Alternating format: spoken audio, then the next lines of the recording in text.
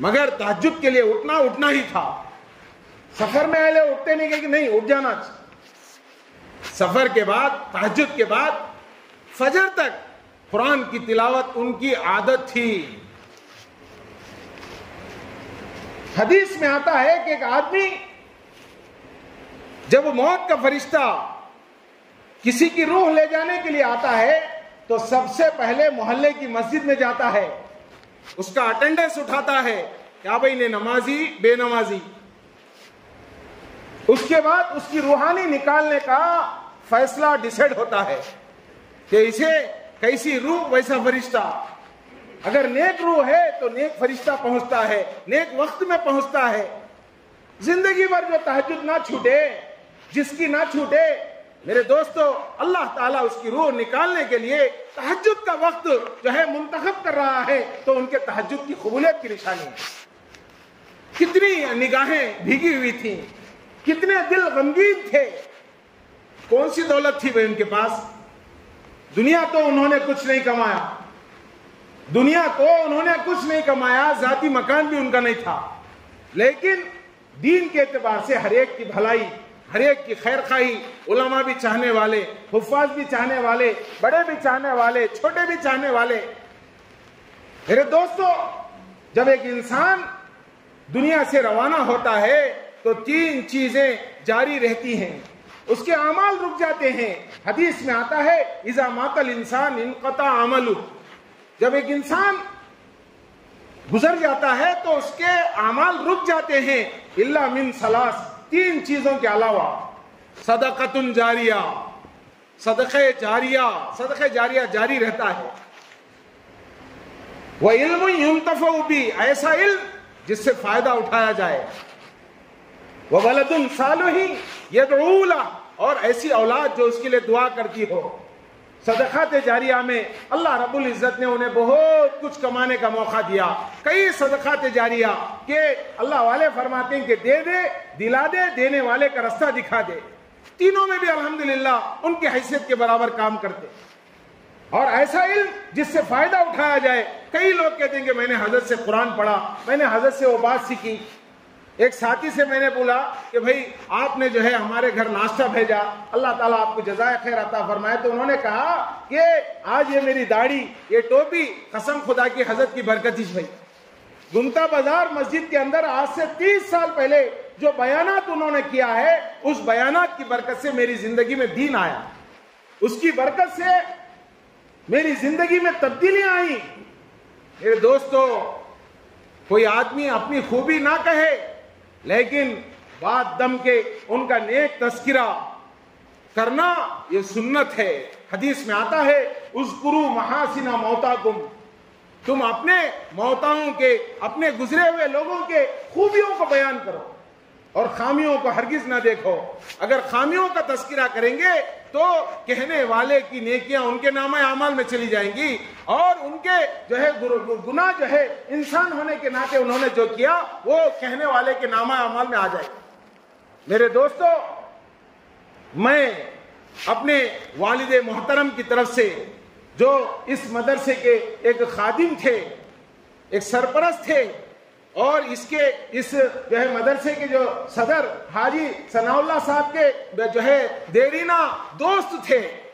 بچپن کے پیار محبت, بھائی سے بھی زیادہ ان کی محبت تھی. 3 جوڑوں کو جو ہے دنیا والوں نے دیکھا, کڑپا والوں نے دیکھا, حاجی ثناء اللہ صاحب, مقبول حضرت اور منور حضرت.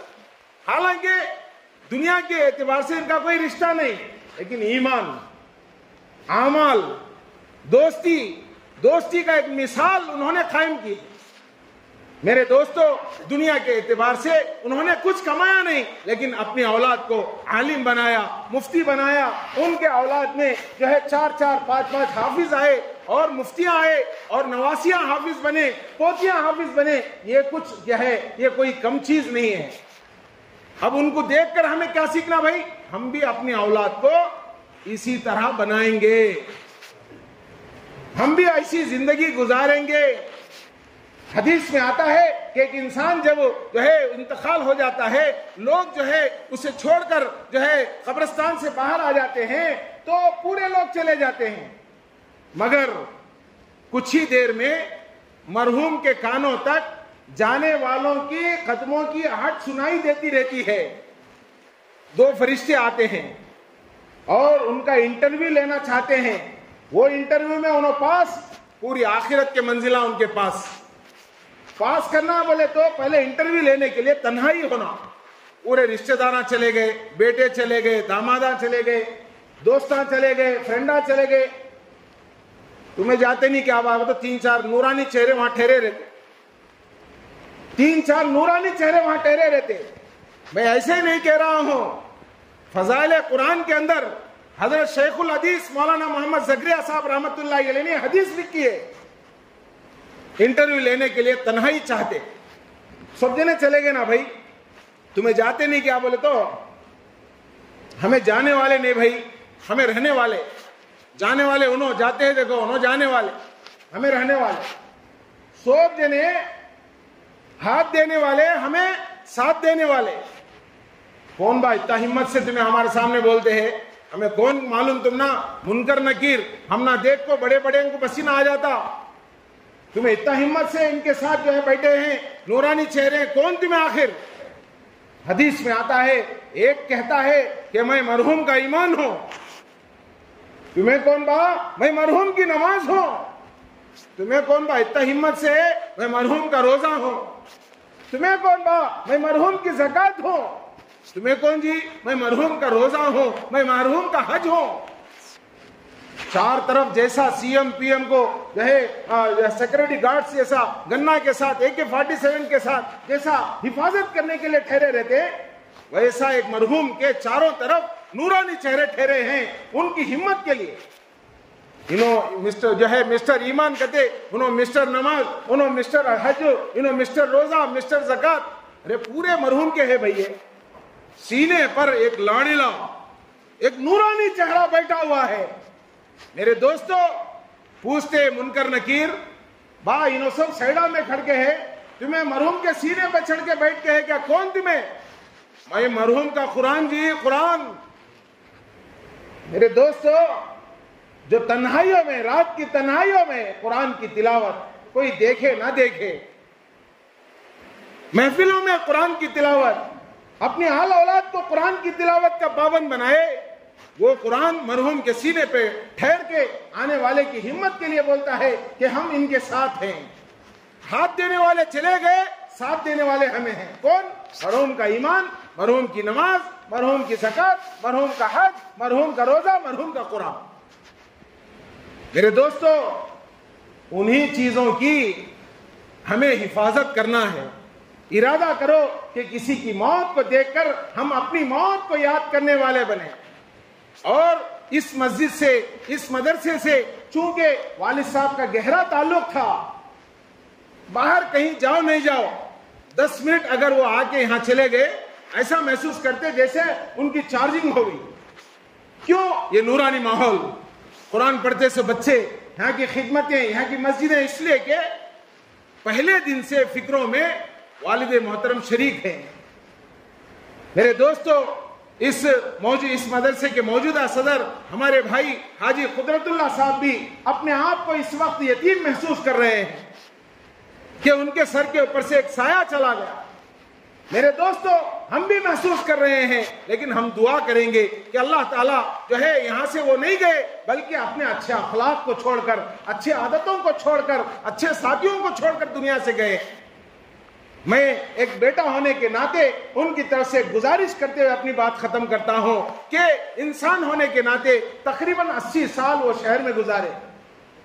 ان کی طرف سے کوئی دل آزاری ہوئی ہو، ان کی طرف سے ان کی طرف سے کسی کا دل کا ستانا ہوا ہو، کوئی تکلیف کسی کو پہنچی ہو، انسان ہونے کے ناطے اللہ کے لیے انہیں معاف فرما دے. اور ان کی طرف سے اگر کسی کا قرض جو ہے ان کے سر پر باقی ہو تو جو ہے ہم سے جو ہے رجوع ہو، انشاءاللہ ہم ان کو ادا کریں گے. میرے دوستو یہ ہمارے وارثین کی طرف سے ذمہ داری ہے کہ ہم آپ کے درمیان اعلان کریں، اس لیے کہ صبح شام کسی اور مسجد کو نہیں جاتے تھے. جمعے میں ایک مرتبہ یہاں آتے، یہاں آ کر اپنی روحانی طاقت کو محسوس کرتے. اللہ تعالیٰ سے میں دعا کرتا ہوں اللہ تعالیٰ اس مدرسے کے بانی الحاج ثناء اللہ صاحب اور ان کے جو ہے بھائی، ان کے دوست الحاج جو ہے حضرت حافظ و قاری مقبول احمد صاحب کی یہ دوستی جنت میں بھی باقی رکھے، اور ان کے جتنے احباب ان کے لیے دعا کر رہے ہیں اللہ تعالیٰ سب کو جزائے خیر عطا فرمائے اور ان کے سیئات کو حسنات سے مبدل فرمائے۔ جو ہمارے دوست احباب، ہمارے والد صاحب کے دوست احباب زندے ہیں، اللہ ان کی عمروں میں برکت عطا فرمائے اور ان کی کہی ہوئی نصیحتوں پر ہم سب کو عمل کرنا نصیب فرمائے۔ وآخر دعوانا الحمدللہ رب العالمین۔